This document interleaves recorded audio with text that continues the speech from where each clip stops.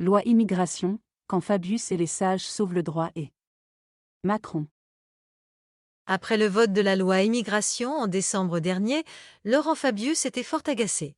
Le président du Conseil constitutionnel n'avait guère apprécié qu'Emmanuel Macron ait explicitement fait savoir qu'il comptait sur les 9 sages du Palais Royal pour désosser cette loi immigration conçue et sans cesse durcie par les parlementaires LR, mais approuvée, il faut tout de même le rappeler, par le gouvernement et une très grande partie de sa majorité relative à l'Assemblée nationale. Nombre d'électeurs macronistes venus de la gauche social-démocrate s'étranglaient de rage et de dépit en raison d'une série d'articles qu'ils estimaient attentatoires aux principes républicains, en particulier ceux portant sur les restrictions du regroupement familial, le durcissement de l'accès aux prestations sociales ou encore la caution exigée des étudiants étrangers.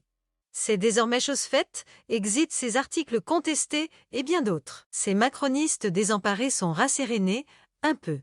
Le président, lui, peut considérer avoir réussi sa manœuvre car, en effet, les sages en sont revenus au projet initial que défendait le ministre de l'Intérieur Gérald Darmanin.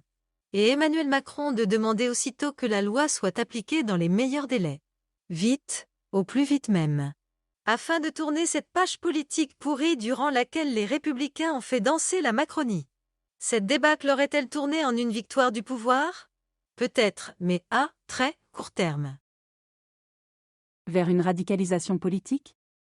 Car le paradoxe veut que 72% des Français, quelle que soit leur sensibilité politique, religieuse, culturelle, approuvaient la loi durcie et, désormais, démembrée.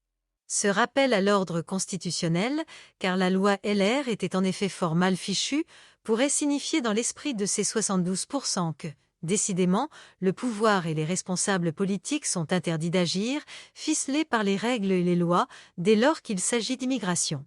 Jordan Bardella, le président du Rassemblement national, l'a aussitôt dénoncé, coup de force des juges avec le soutien du président.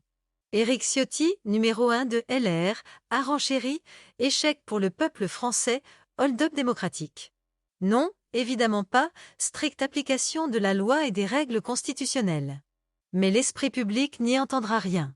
Les Français seront renforcés dans leur conviction que l'immigration reste le sujet tabou, celui que la société dans son entier ne parvient toujours pas à traiter. Cette multicensure du Conseil constitutionnel aboutira aussi à une radicalisation politique.